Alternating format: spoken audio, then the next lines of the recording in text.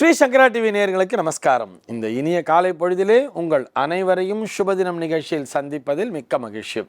இன்று 31/1/2024 இந்த நாள் எப்படிங்கிறத பார்க்கலாம் வாங்கும். இன்றைய தினம் சோபகிருத்து வருடம் தை மாதம் 17ஆம் தேதி புதன்கிழமை. திதி பார்த்தோம்னா தேய்பிரை பஞ்சமி திதி காலை 9:48 வரைக்கும் இருக்கு. அதனை தொடர்ந்து தேய்பிரை ஷஷ்டி திதியானது வந்து விடுகிறது. இன்னைக்கு நட்சத்திரம் பார்த்தோம்னா ஹஸ்தம் நட்சத்திரம் இரவு 11:17 வரைக்கும் இருக்கு. அதனை தொடர்ந்து சித்திரை நட்சத்திரம் என்பது வந்து விடுகிறது. இரவு 11:17 வரை, அதாவது ஹஸ்தம் நட்சத்திரம் இருக்கின்ற வரை இந்த நாளானது ஒரு மரண யோகம் கூடிய நாளாக இருக்கிறது. அதனை தொடர்ந்து சித்த யோகம் என்பது வந்து விடுகிறது. இது போக பஞ்சாங்கத்திலே வரக்கூடிய யோகம் அப்படின்னு சொல்லி பார்த்தோம்னா இன்னைக்கு சுகர்மம் அப்படிங்கிற ஒரு யோகம் காலையில் 9:40 வரைக்கும் கொடுத்துருக்கா. அதனை தொடர்ந்து திருதி அப்படிங்கிற ஒரு நாம யோகமானது வந்து விடுகிறது. கரணம் பார்த்தோம்னா தைத்துளை அப்படிங்கிற ஒரு கரணம் காலையில் 7:51 வரை, அதாவது 9:48 வரைக்கும் தான் இருக்கு. அதனை தொடர்ந்து கரஜை அப்படிங்கிற ஒரு கரணமானது வந்து விடுகிறது. இந்த நாளானது ஒரு சமநோக்கு நாளாக அமைந்திருக்கிறது. இன்னைக்கு என்ன ஸ்பெஷல் அப்படின்னு சொல்லி பார்த்தோம்னா இன்றைய தினம் பஞ்சாங்கத்திலே கரிநாள் அப்படின்னு சொல்லி கொடுத்துருப்பா. கரிநாள்னு சொன்னால் சூரியனுடைய தீக்ஷிண்யம் அதிகமாக இருக்கக்கூடிய நாள். ஆக இந்த நாளிலே சுப நிகழ்ச்சிகளை தவிர்க்க வேண்டும் என்று நம்முடைய பெரியோர்கள் சொல்லி வைத்திருப்பார்கள். இன்றைய தினத்தினுடைய நல்ல நேரம் அப்படின்னு சொல்லி பார்த்தோம்னா காலை 9:30 முதல் 10:30 வரை நல்ல நேரம். மாலை 4:30 முதல் 5:30 வரை நல்ல நேரமே. இன்றைய தினத்தினுடைய ஆன்மீக தகவலாக, இதை ஆன்மீக தகவல்னு சொல்றதை விட ஜோதிட தகவல்னே சொல்லலாம். விநாயகம் ரமேஷ் அப்படிங்கிற ஒரு நேயர் கேள்வி கேட்டிருக்கார். சார், ஆசிரியர் பணி செய்ய உதவும் கிரகம் எது அப்படின்னு கேட்டிருக்கார். அவருடைய கேள்வி எப்படி அமைஞ்சிருக்குன்னு சொல்லி பார்த்தோம்னா, சார் நான் ஒரு பிஎஸ்சி பிஎட் முடிச்சிருக்கேன், நான் ஒரு டீச்சராக ஒர்க் பண்ணணும்னு நினைக்கிறேன், ஆனால் எனக்கு ஒரு ரெப்யூட்டட் கன்சர்ன்லையோ அல்லது ஒரு கவர்மெண்ட் ஜாபோ கிடைக்க மாட்டேங்குது. நான் தொடர்ந்து எக்ஸாம்ஸ் எழுதிகிட்டே இருக்கேன், ஆனால் நான் ப்ரைவேட்டாக ஒரு கம்பெனியில் தான் வேலை பார்த்துட்டு இருக்கேனே தவிர நான் பிஎட் படித்தும் வேஸ்ட்டாக போயிடுச்சு. நான் ஆசிரியர் பணி என்னால் செய்ய முடியுமா முடியாதா?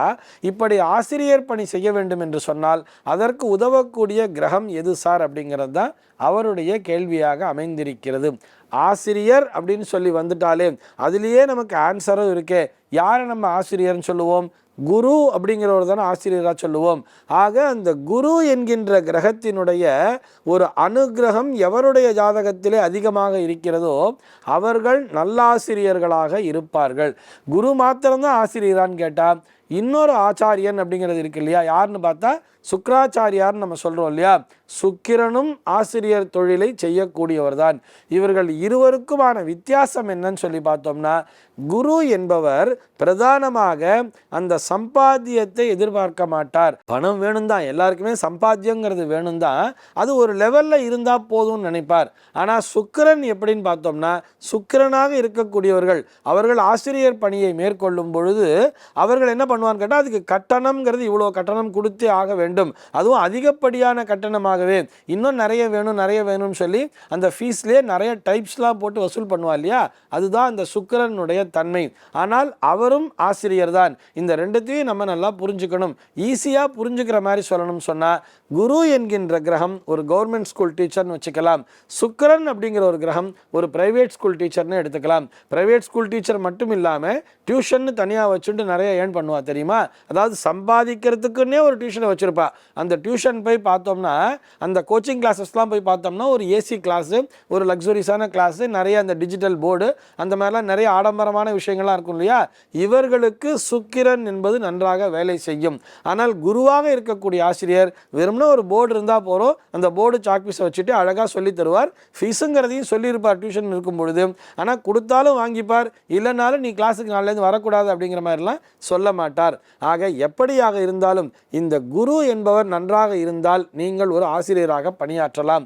இது போக உங்கள் ஜாதகத்திலே அந்த வித்யாகாரகன் அப்படின்னு சொல்கிறோம் இல்லையா? வித்யாகாரகன் யாரை சொல்லுவார்னா புதன் என்கின்ற கிரகத்தினை சொல்வார்கள். இந்த புதன் கிரகத்தினுடைய வலிமையும் இணைந்திருக்க வேண்டும். அப்பொழுதுதான் உங்களால் அந்த மாணவர்கள் கேட்கின்ற அத்தனை கேள்விகளுக்குமே தெளிவான விடையினை கற்றுத்தர முடியும். இந்த குருவும் புதனும் எவருடைய ஜாதகத்திலே நல்ல பலமாக இருக்கிறதோ அவர்கள்தான் ஆசிரியர் தொழிலை செய்ய முடியும். சார், ஆனால் நான் டீச்சிங்கில் தான் எனக்கு இன்ட்ரெஸ்ட் சார், ஆனால் எனக்கு கிடைக்கல, சந்தர்ப்ப சூழல்னால நான் ஒரு பிஎட் கூட பண்ண முடியல சார் அப்படின்னு சொன்னால் கூட, நீங்கள் எந்த இடத்திலே பணியாற்றி கொண்டிருக்கிறீர்களோ அங்கேயே நீங்கள் ஒரு குருவாக செயல்படுவீர்கள் என்பதையும் நீங்கள் நினைவிலே கொள்ள வேண்டும். நீங்கள் ஒரு பிரைவேட் கம்பெனியில் தான் ஒர்க் பண்ணுறேன், இல்லை ஒரு ஃபேக்ட்ரியில் ஒர்க் பண்ணுறேன்னு எடுத்துட்டா கூட நீங்கள் நிறைய ட்ரெயினிஸ், அந்த ட்ரெயினிஸ்ன்னு வரா இல்லையா, புதியதாக தொழில் கற்றுக்கிறதுக்குன்னு வரா இல்லையா, அவர்கள் அத்தனை பேரையுமே உருவாக்கி அனுப்புவீர்கள். அவர்கள் அத்தனை பேரும் உங்களிடத்தில் இந்த ஜூனியர்ஸாக வர்றவ அத்தனை பேருமே உங்களை ஒரு குருவாகவே பார்ப்பார்கள்.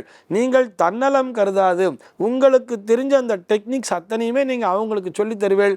இன் ஃபியூச்சரில் அவங்க உங்ககிட்ட என்ன தெரியுமா சொல்வா, அவர் எனக்கு சொல்லி கொடுத்தார், அவர் சொல்லி கொடுத்ததை வச்சு தான் நான் வாழ்க்கையில் இந்த அளவுக்கு முன்னுக்கு வந்திருக்கேன் அப்படின்னு சொல்லி உங்களை பெருமைப்படுத்துவார்கள். குரு என்கின்ற கிரகத்திற்கு இந்த பெருமை என்பது நிச்சயமாக கிடைக்கும்.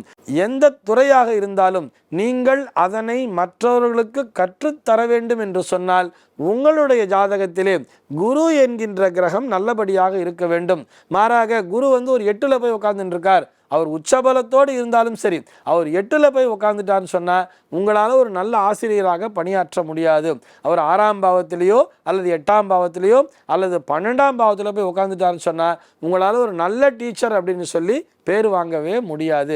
இதனையும் பார்த்துக்கணும். அதே நேரத்தில் குரு நீச்சமாக இருந்தால் கூட ஒரு 10ல் போய் உட்கார்ந்துருந்தார்னா நிச்சயமாக நம்மால் ஒரு நல்ல ஆசிரியராக பணியாற்ற முடியும். இந்த தகவலோடு இன்றைய தினம் நான் உங்களிடமிருந்து விடைபெற்றுக் கொள்கிறேன். மீண்டும் உங்கள் அனைவரையும் நாளைய தினம் ஒரு சுவாரஸ்யமான தகவலோடு சந்திக்கிறேன். எம்பெருமானினுடைய திருவருளினாலே இந்த நாள் உங்கள் அனைவருக்கும் சுப தினமாக அமைவதற்கு வாழ்த்துக்கள்.